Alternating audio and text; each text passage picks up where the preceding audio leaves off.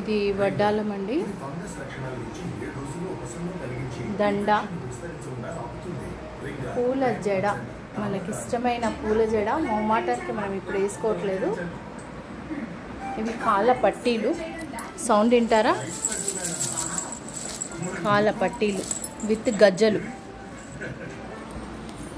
తర్వాత చేతి కడియాలు, అమ్మ చేతి కడియాలు. ఇది దండ చూపించాను కదా. ఇవి పైన చేతికి బ్రాస్లెట్ లాగా. ఇది ఏంటి చెప్పుకొని చూద్దాం. ఈ పాటికి మీకు అందరికి అర్థమైపోయి ఉంటుంది. పాపడ బిళ్ళ, కరెక్ట్. ఇది పూల జడ